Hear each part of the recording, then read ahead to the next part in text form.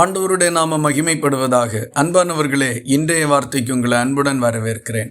இன்றைய தியானத்துக்காக எபேசியருக்கு எழுதின நிருபம் 6வது அதிகாரம் 8வது வசனத்தை வாசிக்க கேட்போம். மனுஷருக்கென்று ஊழியம் செய்யாமல் கர்த்தருக்கென்றே நல்மனதோட ஊழியம் செய்யுங்கள். மே மாதம் 1ஆம் தேதியாகிய இந்த நாள் உலக தொழிலாளர் தினமாக இருக்கின்றது.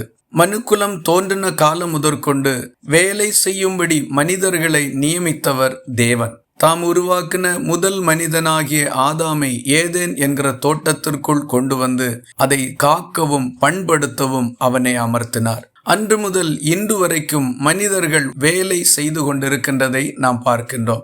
நாம் செய்கிற வேலை எதுவாய் இருந்தாலும், எப்படிப்பட்ட சூழ்நிலை இருந்தாலும், எப்படிப்பட்ட மனிதர்களுக்கு கீழே செய்கின்ற வேலையாக இருந்தாலும் அதை மனுஷனுக்கென்று செய்யாமல் கர்த்தருக்கென்று நல்மனதோடு செய்யும்படி போதிக்கப்படுகின்றோம்.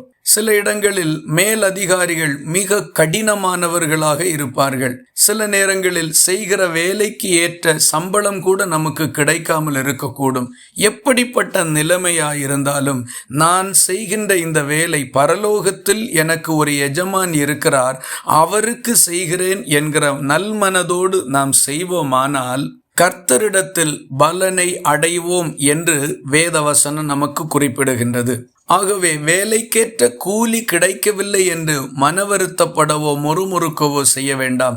கர்த்தர் பலனை தருவதாக வாக்கு பண்ணி இருக்கின்றார். அப்படியே பரிசுத்த வேதாகமும் எஜமான்களுக்கும் ஆலோசனை சொல்லுகின்றது. நீங்கள் வேலைக்காரருக்கு செய்ய வேண்டியவைகளை செய்து அவர்களுக்கும் உங்களுக்கும் எஜமானானவர் பரலோகத்தில் இருக்கிறார் என்றும் அவரிடத்தில் பட்சபாதம் இல்லை என்றும் அறிந்து கடும் சொல்லை விட்டுவிடுங்கள் என்று குறிப்பிடுகின்றது. எஜமான்களாய் இருக்கிறவர்கள் உங்களுக்கு கீழே வேலை செய்கிறவர்களிடத்தில் கடும் சொற்களை பயன்படுத்த கூடாது என்று இந்த வசனம் ஆலோசனை வழங்குகின்றது.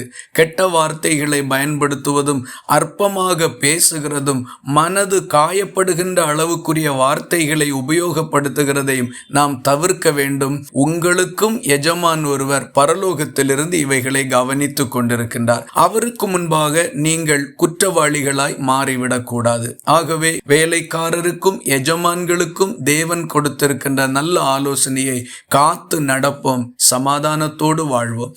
இந்த வார்த்தைகள் இந்த நாள் முழுவதும் உங்களுக்கு ஒரு ஆசீர்வாதமாய் இருப்பதாக. ஜெபிக்கலாமா? எங்களை நேசிக்கிற அன்பு நிறைந்த நல்ல ஆண்டவரை உம்மை நன்றியோடு துதிக்கிறோம். மனுக்குலம் தோன்றின காலம் முதற்கொண்டு வேலை செய்யும்படிக்கு நீர் நியமித்திருக்கிறதற்காக உமக்கு ஸ்தோத்திரம். யாருக்கெல்லாம் என்னென்ன வேலைகள் இருக்கின்றதோ, எப்படிப்பட்ட சூழ்நிலைகளில் அவர்கள் வேலைகள் செய்கின்றார்களோ எல்லாவற்றையும் நீர் அறிந்திருக்கிறேன். கஷ்டங்களையும் துன்பங்களையும் பாடுகளையும் அனுபவிக்கிற உம்முடைய பிள்ளைகளுக்கு நீர் நல்ல பலனை தருவதாக வாக்கு பண்ணி இருக்கிறதற்காக ஸ்தோத்திரம். அப்படியே அதன் பலனை ஒவ்வொருவரும் அடைந்து கொள்ள உதவி செய்தருளும். எஜமான்களும் கடும் சொற்களை தவிர்த்து நடக்கக்கூடிய நல்மனதை தாரும். ஜெபத்தை கேட்டதற்காக ஸ்தோத்திரம். இயேசு கிறிஸ்து மூலம் வேண்டிக் கொள்கிறோம் எங்கள் அன்புள்ள நல்ல பிதாவே, ஆமேன். கர்த்தர் தாமே உங்களை ஆசீர்வதிப்பாராக.